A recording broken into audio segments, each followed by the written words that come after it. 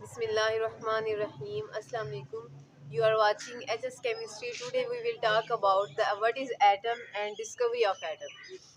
So, what is atom?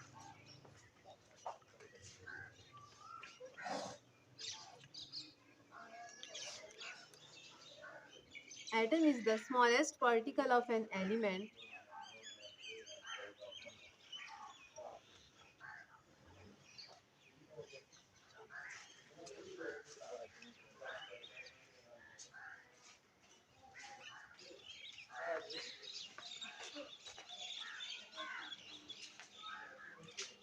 which can take part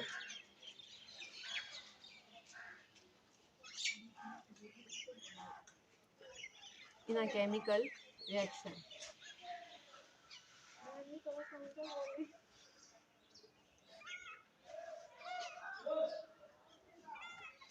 This definition has two parts.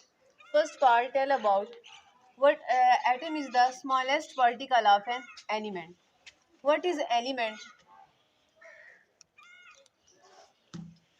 Oftenly students are confused about the definition of atom and element, so I try to clarify this confusion. Element is element is made up of same type of atoms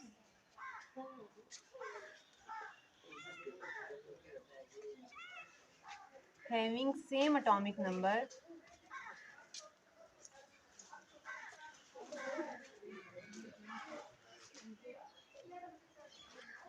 and cannot be decomposed into simpler units. अच्छा, अब हम इसको समझने के लिए एक block को draw करते हैं.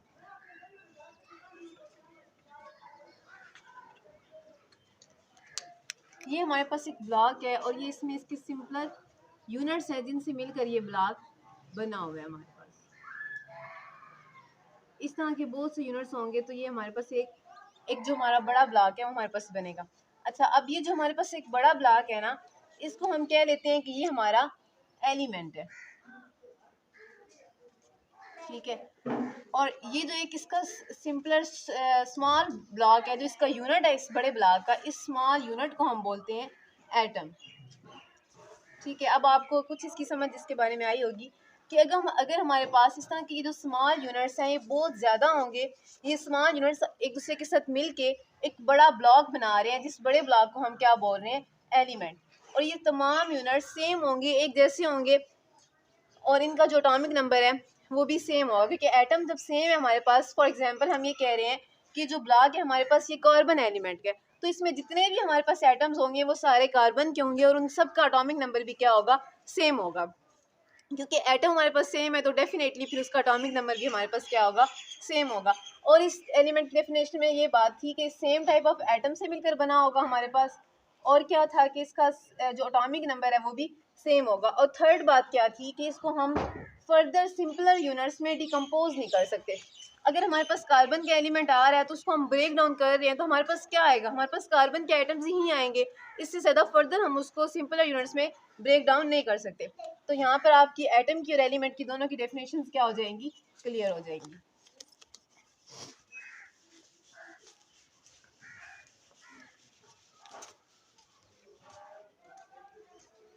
ठीक है, फर्स्ट पार्ट की समझ आई आपको कि एटम क्या है, स्मॉलेस्ट पार्टिकल है एलिमेंट का. सेकंड पार्ट हमें बता रहा है कि उसकी प्रॉपर्टी क्या है एटम की, उसका काम क्या है. एटम क्या करता है कि ये पार्टिसिपेट करता है किसी भी केमिकल रिएक्शन में. तो केमिकल रिएक्शन हमारे पास क्या होता है कि जब दो एटम्स आपस में कंबाइन करेंगे केमिकली, वो इलेक्ट्रॉन्स की शेयरिंग से हो सकता है या फिर इलेक्ट्रॉन्स के गिव एंड लॉस से हो सकता है. तो उसके बाद जो हमारे पास एक नया कंपाउंड बनता है, सब्सटेंस बनता है, वो केमिकल रिएक्शन होता है. ठीक है, फॉर एग्जांपल हम देख लेते हैं एक एग्जांपल को. एक हमारे पास हाइड्रोजन का एटम है और दूसरा हमारे पास ऑक्सीजन का एटम है. जब ये दोनों एटम्स आपस में कंबाइन कर रहे हैं तो एक नया हमारे पास कंपाउंड आ रहा है जिसे हम वाटर बोलते हैं. ये हमारे पास एक क्या है, केमिकल रिएक्शन है. तो एटम ने क्या किया, केमिकल रिएक्शन में पार्टिसिपेट किया और एक नया कंपाउंड बनाया। जो सेकंड पार्ट था इस डेफिनेशन का, वो हमें यही बात बता रहा था कि एटम क्या करता है, वो किसी भी केमिकल रिएक्शन में पार्टिसिपेट करता है और एक हमारे पास नए कंपाउंड की फॉर्मेशन होती है। ठीक है, एटम की डेफिनेशन हमारी कंप्लीट हुई। अब हम देखेंगे कि एटम एग्जिस्ट कैसे करता है, how an atom can exist.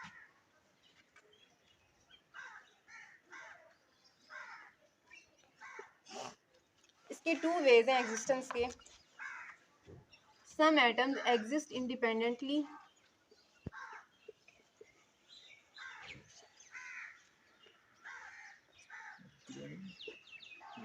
and majorly atoms exist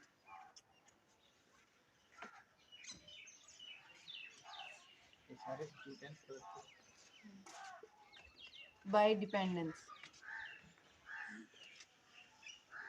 अच्छा, कौन से ऐसे एलिमेंट हैं हमारे पास जो इंडिपेंडेंटली एग्जिस्ट कर सकते हैं? बहुत कम तादाद ऐसे एलिमेंट्स की है जो इंडिपेंडेंटली एग्जिस्ट कर सकते हैं। उनमें हमारे पास पीरियोडिक टेबल में ग्रुप नंबर 8 के एलिमेंट्स आते हैं, जिसमें helium, neon, argon and krypton की एग्जांपल्स हमारे पास आती हैं कि ये इंडिपेंडेंटली क्यों एग्जिस्ट कर सकते हैं और जो बाकी तमाम एलिमेंट्स हैं वो क्यों नहीं इंडिपेंडेंटली एग्जिस्ट कर सकते। जो एलिमेंट्स हमारे पास इंडिपेंडेंटली एग्जिस्ट नहीं कर सकते, उनकी एग्जांपल में हमारे पास क्या आता है, hydrogen, carbon, nitrogen, oxygen, fluorine, so on. बहुत सी ऐसी एग्जांपल है एलिमेंट्स की जो इंडिपेंडेंटली एग्जिस्ट नहीं कर सकते। अच्छा, इनकी रीज़न क्या है कि ये जो एलिमेंट्स हैं, ग्रुप 8 के एलिमेंट्स हैं, ये इंडिपेंडेंटली एग्जिस्ट कर सकते हैं। इनकी ये रीज़न है कि इनका जो वैलेंस शेल होता है, आपको पता है कि वो कंप्लीट होता है, वो कम्प्लीटली फिल्ड होता है, उसे किसी और इलेक्ट्रॉन की ज़रूरत नहीं होती। तो जब किसी भी एटम का जो वैलेंस शेल है वो कम्प्लीटली फिल्ड होता है ना, तो वो स्टेबल होता है, फिर उसे किसी और चीज़ की ज़रूरत नहीं पड़ती। पता है ना आपको, ये हमारी डेली लाइफ में भी ऐसा होता है कि जो इंसान को भी अगर हम देखते हैं तो वो जो स्टेबल होता है वो यही कहता है कि मुझे किसी चीज़ की ज़रूरत नहीं है, मुझे किसी और इंसान की ज़रूरत नहीं है। तो सेम यही एटम की भी नेचर है कि जिस एटम का जो शेल है वो कंप्लीट होता है, कम्प्लीटली फिल्ड होता है, तो फिर उसे किसी और एटम के साथ कोई वास्ता नहीं होता, तो वो इस वजह से कहता है कि मैं उस पर किसी के साथ उसको डिपेंड करने की ज़रूरत नहीं होती, तो वो इंडिपेंडेंटली रहता है। ठीक है, और कुछ एटम्स ऐसे हैं जो इंडिपेंडेंटली एग्जिस्ट नहीं कर सकते। वो क्यों नहीं कर सकते? क्योंकि वो स्टेबल नहीं है। वो क्यों स्टेबल नहीं है? क्योंकि उनका जो वैलेंस शेल है उसमें इलेक्ट्रॉन्स की कमी होती है, उन्हें और इलेक्ट्रॉन्स चाहिए होते हैं अपने शेल को कंप्लीट करने के लिए, इसलिए फिर वो किसी और एटम के साथ बॉन्ड बनाते हैं और फिर वो उस एटम के साथ मिल के रहते हैं। इंडिपेंडेंटली अकेले वो नहीं रह सकते। ठीक है, ये इसकी मेन रीज़न थी कि जो कुछ एटम्स हैं वो इंडिपेंडेंटली एग्जिस्ट करते हैं और बाकी जो है वो इंडिपेंडेंटली एग्जिस्ट नहीं कर सकते। Okay, I hope your this concept will be clarified. इसके बाद हमारे पास आता है कि एटम के जो है वो सब एटॉमिक पार्टिकल्स।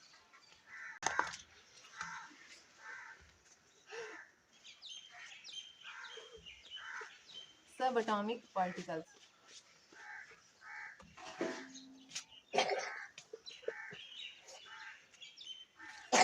अच्छा, जब एटम की डिस्कवरी हुई ना, तो उस टाइम पे कुछ साइंटिस्ट का ये ख्याल था कि एटम जो है वो इंडिविजिबल पार्टिकल है। जो पहले पहले साइंटिस्ट थे ना हमारे पास, उनका ये ख्याल था कि एटम जो है वो इंडिविजिबल पार्टिकल है, उसको हम फर्दर स्मॉलर यूनिट्स में डिवाइड नहीं कर सकते।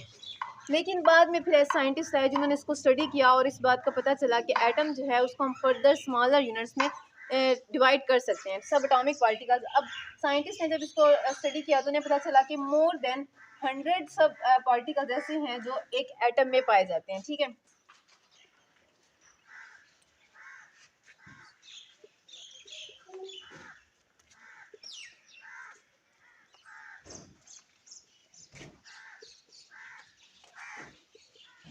इनमें हमारे पास जो आते हैं वो कौन से हमारे पास इनमें सब एटॉमिक पार्टिकल्स हैं जिनका बाद में साइंटिस्ट को पता चला। उसमें हमारे पास आता है electrons,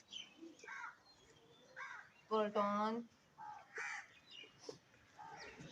neutron and hydron, neutrino and anti neutrino. ठीक है, अब इनमें से जो हमारे पास फंडामेंटल पार्टिकल्स हैं वो कौन से हैं? फंडामेंटल पार्टिकल्स जिन्हें हम लोग अपनी जो हमारी स्टडी है उसमें हम इन्हें यूज़ करते हैं। फंडामेंटल पार्टिकल्स हमारे पास कौन कौन से आते हैं? इसमें 3 हमारे पास फंडामेंटल पार्टिकल्स हैं जिन्हें हम स्टडी कर रहे होते हैं, एटम का स्ट्रक्चर जब हम स्टडी कर रहे होते हैं या किसी भी एटम के रिएक्शंस को स्टडी कर रहे होते हैं, प्रॉपर्टीज़ को स्टडी कर रहे होते हैं, तो तब कौन से 3 फंडामेंटल पार्टिकल्स हमारे पास आते हैं? उनमें एक हमारे पास इलेक्ट्रॉन है, प्रोटॉन एंड न्यूट्रॉन। ठीक है, अब हमारा ये वाला पोर्शन जो था कि व्हाट इज़ एटम, इसको हमने कंप्लीट कर लिया। हमने देख लिया कि एटम की डेफिनेशन क्या है, उसके अलावा एटम एग्जिस्ट कैसे करते हैं, और फिर हमने ये भी देख लिया कि एटम के अंदर कौन कौन से सब एटॉमिक पार्टिकल्स पाए जाते हैं। ठीक है, अब आगे हम देखेंगे कि एटम को डिस्कवर किस तरह से किया गया, कैसे साइंटिस्ट को पता चला कि एटम भी एग्जिस्ट करता है। अब हम इसके बारे में स्टडी करेंगे। अब हमारे पास सेकंड क्वेश्चन आता है जो हमारा है डिस्कवरी ऑफ एटम का।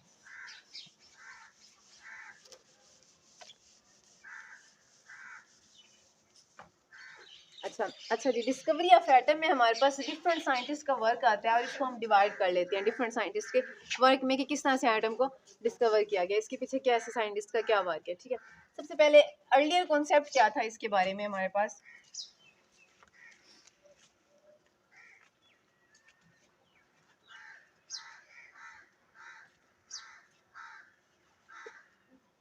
अर्लियर कॉन्सेप्ट जो था लोगों का, वो ये ख्याल किया जाता था कि जो मैटर है ना, कोई भी चीज़ जिसे हम मैटर बोलते हैं ना, मैटर के बारे में तो आप लोगों को पता होगा कि कोई भी ऐसी चीज़ जो जगह घेरती हो या वजन रखती हो उसे हम मादा कहते हैं या फिर हम उसे मैटर कहते हैं। तो मैटर ये साइंटिस्ट ख्याल करते थे कि जो मैटर है वो स्मॉलेस्ट पार्टिकल से मिलकर बना हुआ है और वो फर्दर जो पार्टिकल्स हैं उन्हें हम फर्दर डिवाइड नहीं कर सकते, वो इंडिविजिबल पार्टिकल्स है। तो क्या ख्याल था साइंटिस्ट का कि मैटर इज़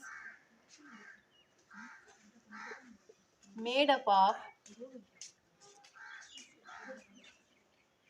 indivisible particles.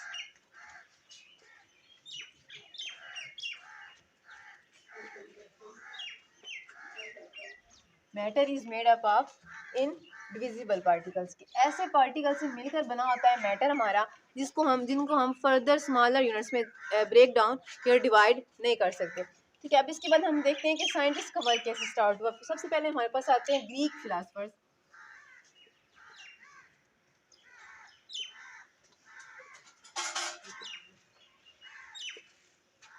अच्छा, ये जो थे ना ग्रीक फिलासफर्स, इनका जो वर्क था वो किसी एक्सपेरिमेंट पे बेस नहीं करता था, कोई भी इनके पास एक्सपेरिमेंटल प्रूफ नहीं था। जो भी इन्होंने वर्क किया ना उसके लिए कोई एक्सपेरिमेंटल प्रूफ नहीं था।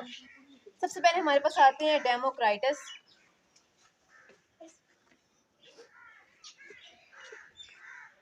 डेमोक्राइटस ग्रीक फिलासफर का ही नेम है।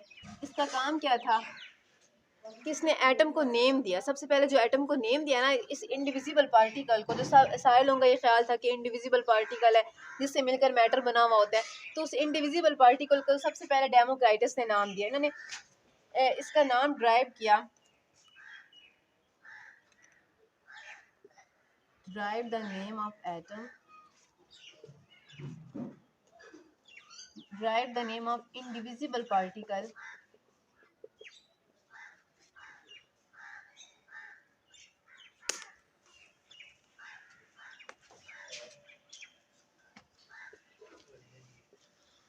from the Greek word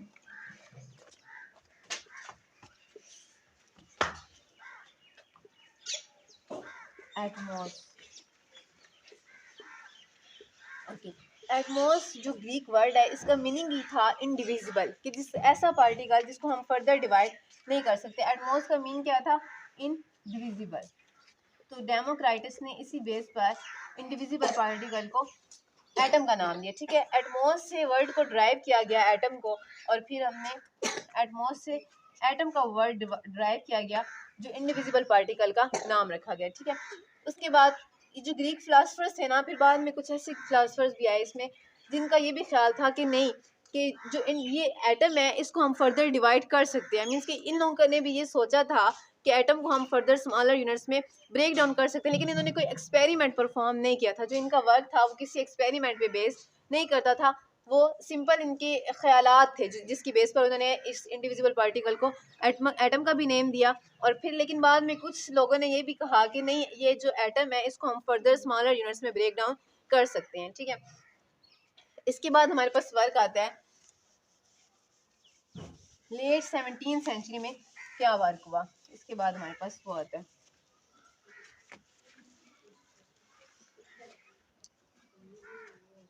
late 17th century का वर्क किया था।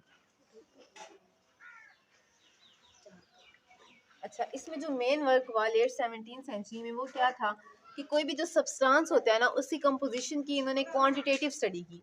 क्या काम किया इन्होंने? क्वांटिटेटिव स्टडी ऑफ, जो लेट 17th सेंचुरी के साइंटिस्ट थे उन्होंने क्वांटिटेटिव स्टडी की composition of substance, quantitative study of composition of substance. Okay, यहाँ मैं आप लोग को एक और कॉन्सेप्ट क्लियर करना चाहती हूँ कि सब्सटेंस क्या होता है। सब्सटेंस की जो है ना वो टू टाइप्स है हमारे पास। एक हमारे पास होता है प्योर सब्सटेंस और एक हमारे पास होता है इम्प्योर सब्सटेंस। अच्छा, प्योर सब्सटेंस को हम केमिस्ट्री की लैंग्वेज में बोलते हैं कंपाउंड,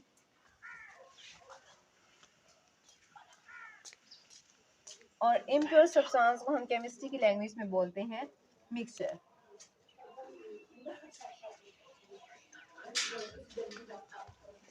ओके, अच्छा क्वांटिटेटिव स्टडी क्या होती है हमारे पास?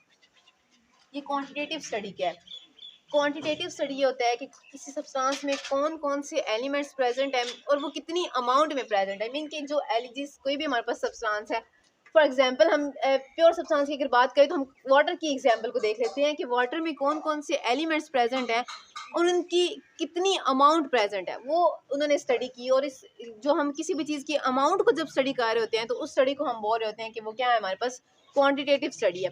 तो जब उन्होंने क्वांटिटेटिव स्टडी की ना डिफरेंट सब्सटेंसेस की, तो फिर इस बात से उन्हें ये पता चला कि कोई भी जो सब्सटेंस है ना वो किसी एक तरह के आइटम से मिलकर नहीं बना हुआ, उसमें डिफरेंट तरह के एटम्स हैं, डिफरेंट एलिमेंट्स के एटम्स हैं और उनकी प्रॉपर्टीज भी क्या हैं, डिफरेंट हैं। ठीक है, क्या उन्हें इस बात से, जो उन्होंने क्वांटिटेटिव स्टडी की कंपोजिशन ऑफ सब्सटेंस की, उससे उन्हें किस बात का पता चला कि every substance is made up of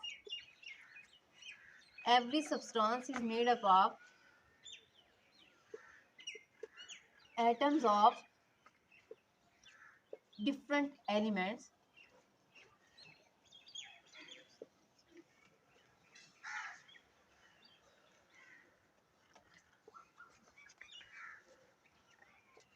which have different properties.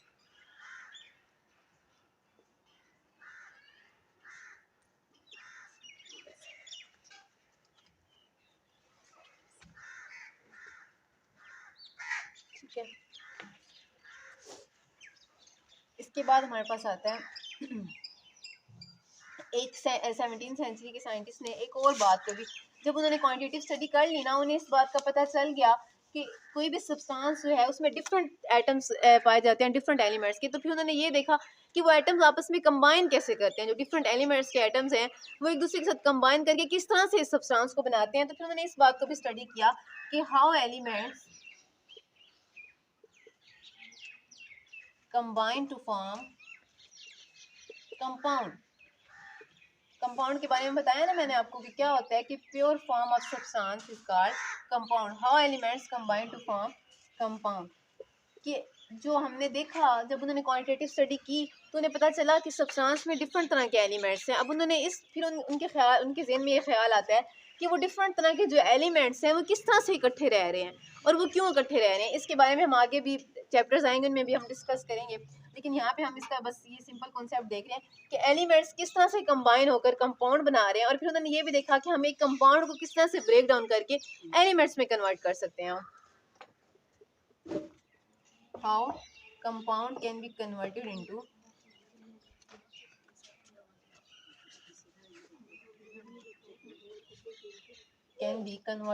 its constituents.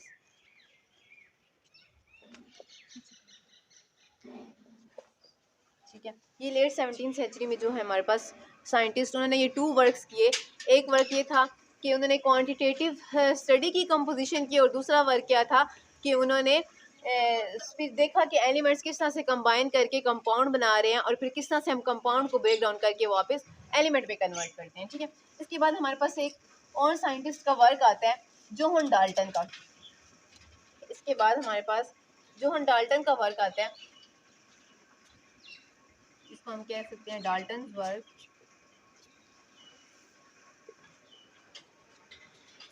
Dalton was an English teacher.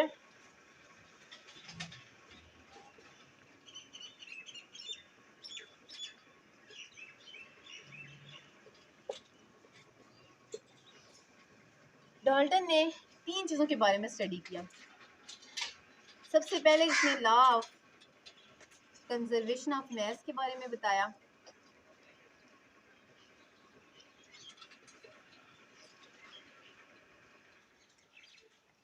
Second, इसने लॉ ऑफ डेफिनेट प्रोपोर्शन के बारे में बताया।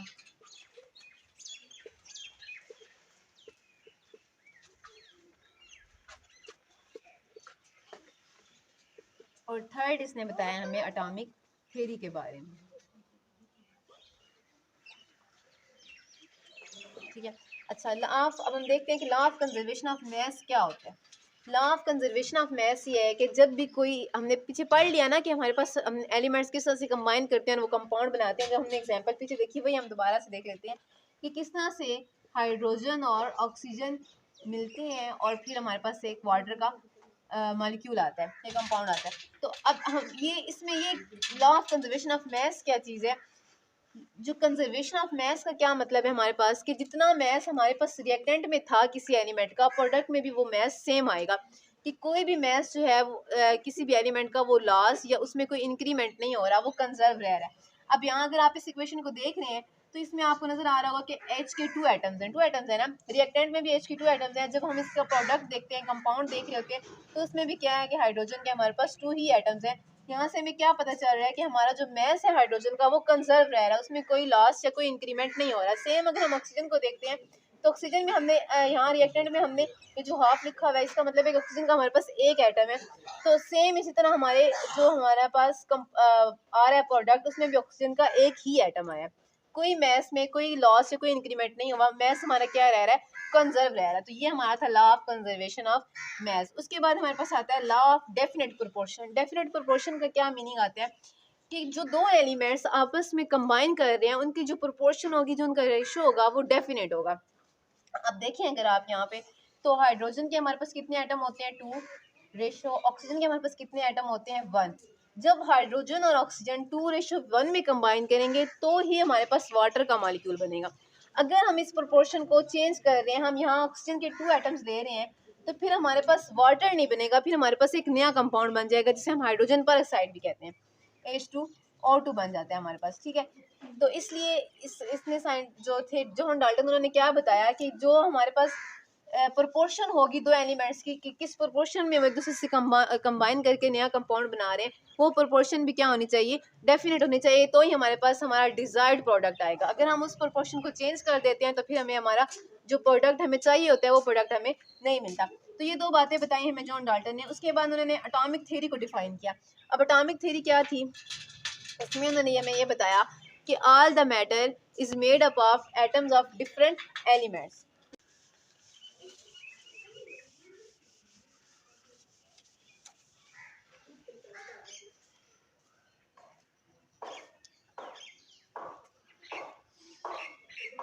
ये हमारे पास लास्ट साइंटिस्ट है जिनका वर्क आता है डिस्कवरी ऑफ एटम में।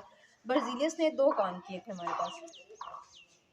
सबसे जो पहला वर्क था इनका वो क्या था, discovery of mass number,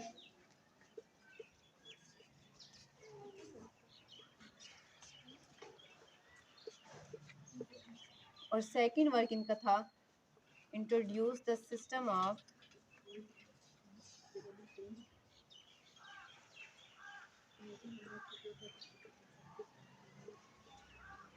giving sample two elements.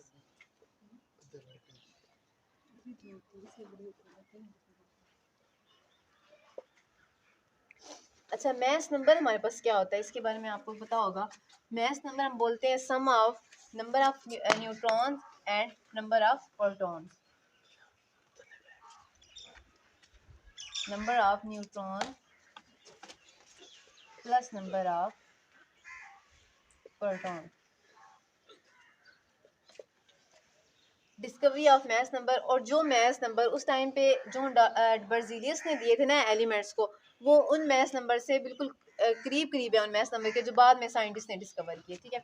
और सेकंड जो वर्क था इनका वो क्या था कि इन्होंने सिस्टम को इंट्रोड्यूस करवाया जिसमें हम एलिमेंट्स को सैम्बल देते हैं। सैम्बल आपको पता है ना हम किस लिए यूज़ कर रहे होते हैं, किसी भी एलिमेंट की रिप्रेजेंटेशन के लिए। फॉर एग्जांपल अब हमारे पास कार्बन है तो उसकी रिप्रेजेंटेशन के लिए हम सी लिख रहे होते हैं, कैपिटल सी। ये हम लेटर यूज़ करते हैं उसी के वर्ड में से, जो उसका नेम होता है उस वर्ड में से फर्स्ट लेटर को हम यूज़ कर रहे होते हैं एज अ सैम्बल। और कुछ एलिमेंट्स ऐसे भी हैं जिनमें हमने फर्स्ट टू लेटर को यूज़ कर रहे होते हैं एज अ सैम्बल।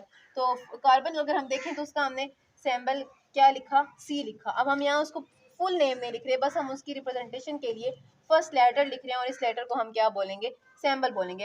एक कुछ और एलिमेंट्स से अगर हम सैम्बल्स को लिख लें, जैसे सोडियम है तो उसका लेटिन नेम जो नेटियम है उससे उसका सैम्बल ड्राइव किया गया, फर्स्ट लेटर एन और सेकंड लेटर ए जो है वो हमने स्मॉल लिखा। ये इसके क्या होते हैं, सैम्बल होते हैं एलिमेंट्स के जो हमने। आज का जो हमारा टॉपिक था वो था what is atom and discovery of atom, कि एटम क्या होता है और उसको किस तरह से डिस्कवर किया गया। तो उसके बारे में हमने आज पढ़ लिया कि एटम क्या होता है, वो कि उसकी एग्जिस्टेंस क्या है, उसके अंदर सब एटॉमिक पार्टिकल्स क्या है। उसके बारे में हमने उसके बाद हमने पढ़ा कि डिस्कवरी कैसे हुई एटम की, उसमें डिफरेंट साइंटिस्ट का वर्क क्या था, उसके बारे में हमने स्टडी किया। और अब आज का हमारा टॉपिक कंप्लीट होता है और इसके बाद हम एक नई वीडियो में नए टॉपिक के साथ मिलेंगे। अल्लाह हाफिज़।